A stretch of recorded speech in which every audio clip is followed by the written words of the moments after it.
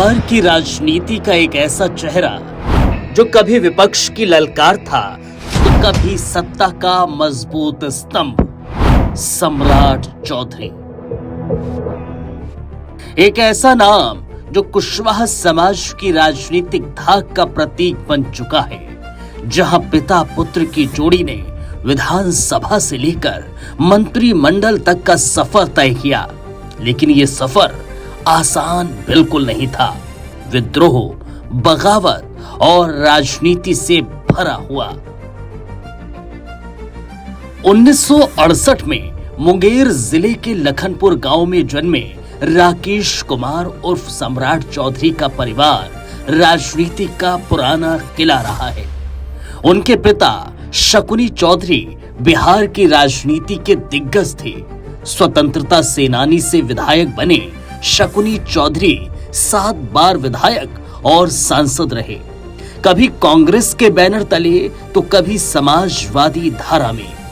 तारापुर विधानसभा seat पर उनका जलवा ऐसा था कि विरोधी कांप उठते थे। मां पार्वती देवी भी तारापुर से विधायक रहीं।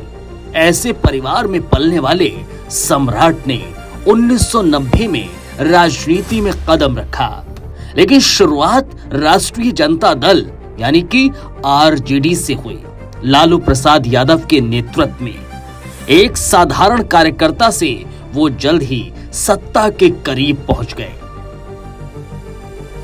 1997 में राबड़ी देवी की सरकार बनी। बिहार की पहली महिला मुख्यमंत्री के नेतृत्व में आरजेडी की लहर थी। यहां सम्राट चौधरी का असली उभार हुआ।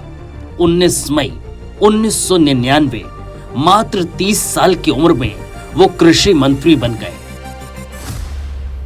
साथ ही मेट्रोलॉजी और बागवानी विभाग भी उन्होंने संभाला, लेकिन ये नियुक्ति विवादों में घिरी रही। उम्र को लेकर सवाल उठे। नवंबर 1999 में इस्तीफा देना पड़ गया। फिर भी ये वो दौर था जब पिता पुत्र की जोड़ी ने बिहार विधानसभा में कमाल दिखाया। शकुनी चौधरी तारापुर से विधायक बने तो सम्राट ने परबत्ता से साल 2000 में चुनावी कदम रखा और जीत मिली। विधायक बने। राबड़ी सरकार में पिता विधायक, पुत्र मंत्री। ये जोड़ी न सिर्फ विधानसभा पहुंची बल्कि सत्ता के केंद्र में विराजमान हुई। लेकिन राजनीति में स्थिरता कहां होती है। लालू जी के साथ मतभेद बढ़ गए। सम्राट चौधरी ने विद्रोह का रास्ता अख्तियार कर लिया। वो अपनी ताकत आजमाना चाहते थे। 2004 में जनता दल यूनाइटेड की ओर झुके, लेकिन असली धमाका साल 2014 में हुआ।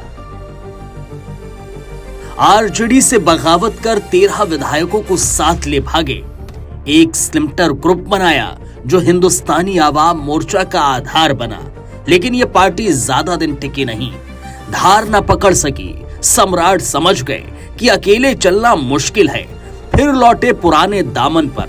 नहीं, इस बार नया मोड़। भारतीय जनता पार्टी में शामिल हो गए। ये कदम मास्टर स्ट्रोक साबित हुआ। जीतनराम मांझी की सरकार में 2014 में शहरी विकास और आवास मंत्री बने। साथ ही स्वास्थ्य विभाग को संभाला।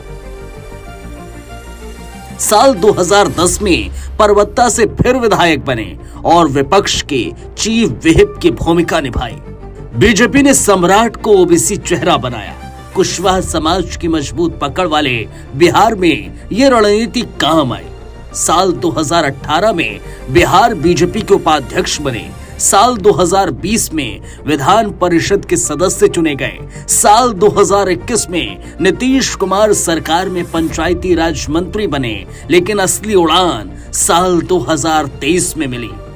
मार्च में बिहार बीजेपी के प्रदेश अध्यक्ष चुने गए सम्राट चौधरी। नीतीश सरकार के खिलाफ आंदोलन चलाए, नौकरियों पर सवाल उठाए।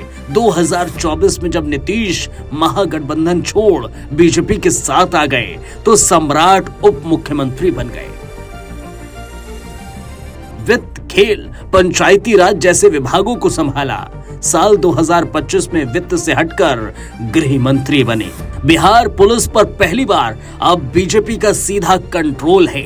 अपराधियों पर सख्ती, एंटी ड्रग अभियान, पिंक पुलिसिंग, सम्राट का नया चैप्टर शुरू हो चुका है। नवंबर 2025 में तारापुर से विधायक चुने गए, 45,000 वोटों से शानदार जीत हासिल की। वर्षों की तलाश बीजेपी की सम्राट के रूप में थम सी गई है, पर सवाल ये है कि आखिर कब तक के लिए। बेटे को राजनीति में लाने की बात, अभी तो बेटा सक्रिय नहीं, लेकिन परिवार की विरासत जारी है। न्यूज डेस्क, समाचार प्लस OTT के लिए स्पेशल रिपोर्ट।